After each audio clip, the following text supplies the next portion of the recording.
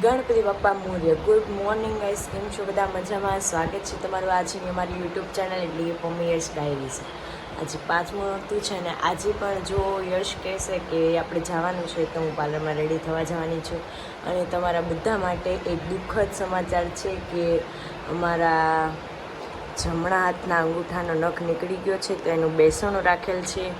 અમે આજે 9 વાગે વાયપીડી ડોમમાં, તો તમે બધા ટાઈમસર પહોંચી જાજો. ત્યાં ભવ્યથી અતિ ભવ્ય અમે પેલું બેસણું રાખેલું છે, તો તમામને આવા નમ્ર વિનંતી છે કે તમે બધા આવી જજો અને 2 ઘડી રાસ રમી લેજો. શ્વેતા દીદીની ત્યાં આવી ગયા છે. આજનું આપણું મેકઅપ અને હેરસ્ટાઈલ એ કરવાના છે. હાય શ્વેતા દીદી. તો આપણે ફટાફટ કરી લઈએ. હું ઘરેથી નીકળી ત્યારે મારે બ્લોગ બનાવવાનો ટાઈમ ન રહ્યો, કેમ કે મને એક હાથે ડ્રાઇવિંગ નથી ફાવતી ને એટલે ફટાફટ પહોંચી ગયું. હવે આપણે કરવાના છીએ મેકઅપ હેરસ્ટાઈલ અને અમે તમને બતાવીએ અમારો ફાઇનલ લુક. ગાઈસ, આપણું હેરસ્ટાઈલ અને મેકઅપ ડન થઈ ગયું છે. જોઈ શકો છો અહીંયા મેં આજે બટરફ્લાય લગાવ્યા છે. ચાલો હવે ફટાફટ ઘરે પહોંચી જઈએ, કેમ કે બહુ બધું લેટ થઈ ગયું છે. 8 વાગ્યામાં છે અને હજી ઘરે જઈને જોડી એવું ફિટિંગ કરવાની છે, જ્વેલરી પણ ડિસાઈડ કરવાની. ફટાફટ ઘરે પહોંચી જઈએ. ચાલો, બેન ઘરે આવી ગઈ છે, પણ હજી 9 વાગી ગયા અત્યારે, પણ હજી એને આ બધું ફિટિંગ ને એવું બધું બાકી છે. જુઓ તમે, મેં એને કાલે જ કીધેલું કે પહેલાં તૈયાર થઈ જાય, પછી ટ્રાફિક થઈ જાય રસ્તામાં, તો પછી બહુ લેટ થઈ જાય ત્યાં પહોંચવામાં. પણ તો પણ હજી આજે પણ સેમ કન્ડિશન, હજી બધું બાકી જ છે ફિટિંગ કરવાનું. હજી ફિટ કરે છે. જુઓ તમે, આવું છે બધું છોકરીઓનું. તો ગાઈસ, અમે નીકળી ગયા છીએ જવા માટે અને આજે આપણે દ્રીપ્સીમાં છીએ.